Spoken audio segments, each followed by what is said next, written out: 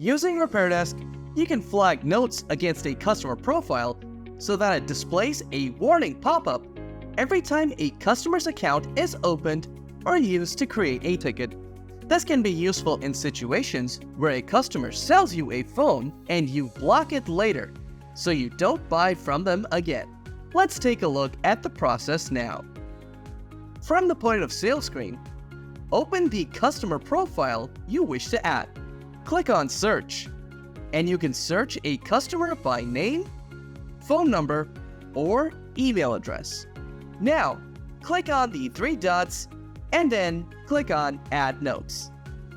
Now add a note under the Add Notes section, and when you want to save, click on the Save and Flag button. A flag note pop-up will appear every time the customer account is opened, along with their outstanding balance. We hope you found this video useful. If you have any questions, please email us at support@repairdesk.co. Thanks for watching.